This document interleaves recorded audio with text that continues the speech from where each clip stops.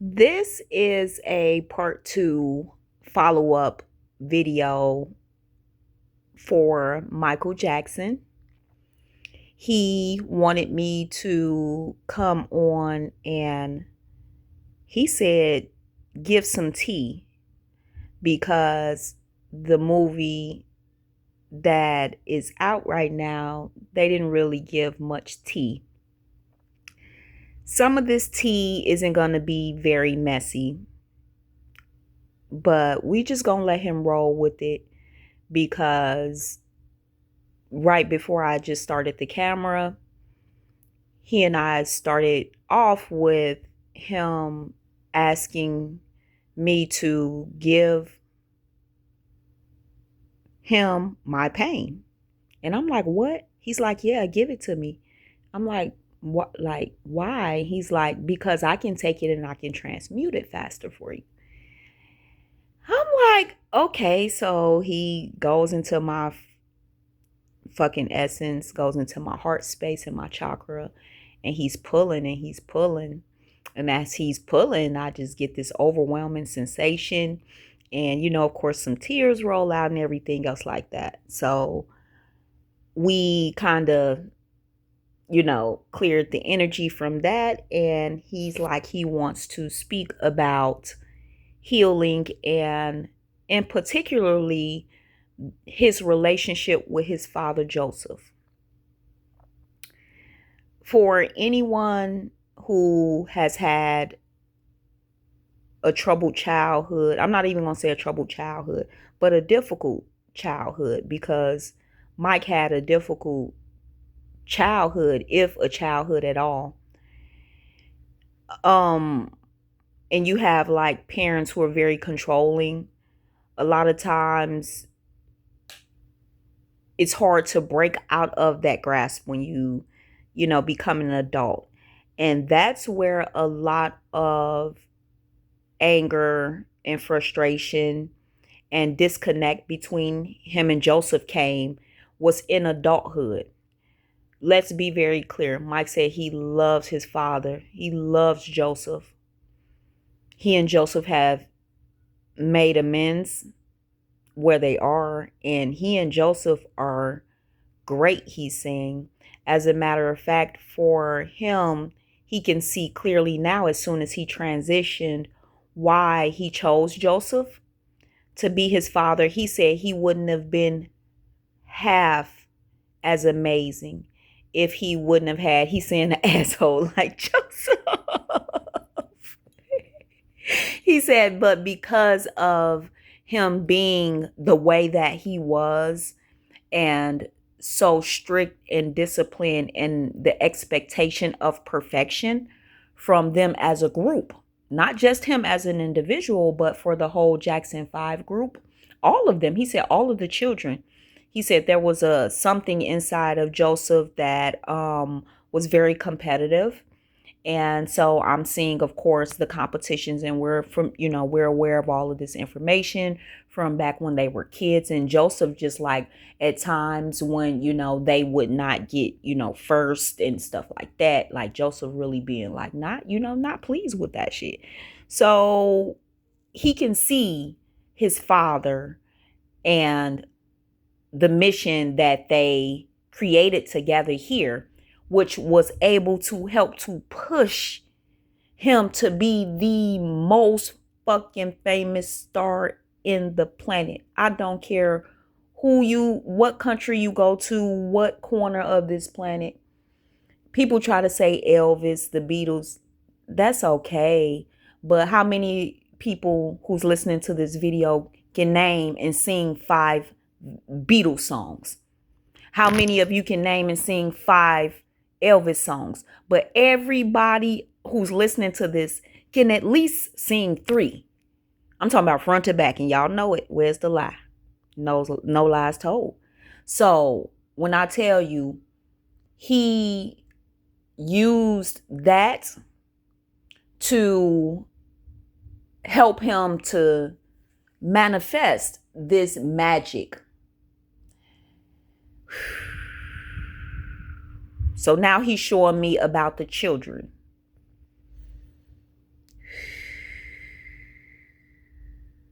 the allegations. So these are things that he said he really don't like to touch, but he said he knows who he is. He knows who he is as a spirit. He knows what his mission, he knows what he has done in this physical when he was in his vessel. So he can express this and he can clear this shit up on there. A lot of the parents, and we know this for a fact, were agents sent after Michael. They knew that Michael loved children and Michael was very caring. Everybody fucking knew that. Everyone knew that. Everybody around Michael knew that. Like, you couldn't scream or yell at a kid if Mike was around. Like, you couldn't fucking tell a kid no if Mike was around. Like, he did not play that. He literally felt like children should have everything that they desire because he felt like they were magical. So these agents were sent intentionally.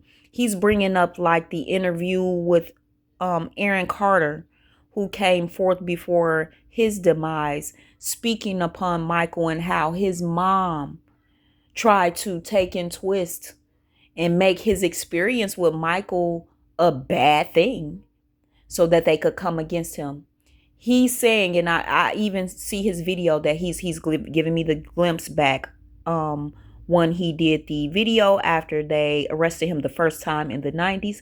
He said never would he ever violate a child. He said never would he ever touch a hair on their pretty little head but to style it and put a bow on it. He said, and make them just awesome. He said never would he harm a child physically. Never would he want to violate their space. He's coming through with so much passion with it. That was something that he feels like really scarred his soul, he's saying. He said he pretty much after the second time in the mid 2000s, he said he gave up on life. He said at one point he did pray for death. He wished for death during that trial. He wished to be away from it all.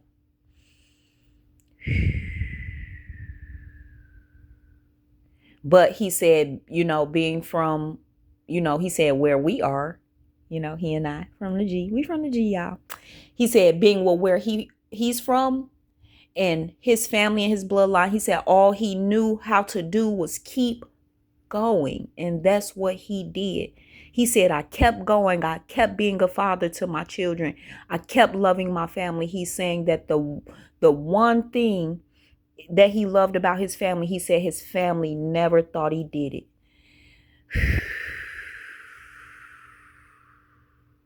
He's saying his family never even entertained it. He said even during his trials, he said that was no show. He said his father, his mom, his sisters, his brothers, his nephews, his nieces, he said they had all been at his home and slept in his bed and shared, they loved it. He said they all knew. And so for that, he can see, and he was able to heal through a lot of the crucifying, the slander, the word magic. We don't understand how words really hurt people. They tried to tell you when we were kids, sticks and stones may break my bones, but words will never hurt me. It's actually the opposite. Words will kill you. There's things and words that have probably been said to you that still stick to you to this day, that were probably said when you were a fucking kid, and you can never forget it. Those wounds heal. Physical wounds heal.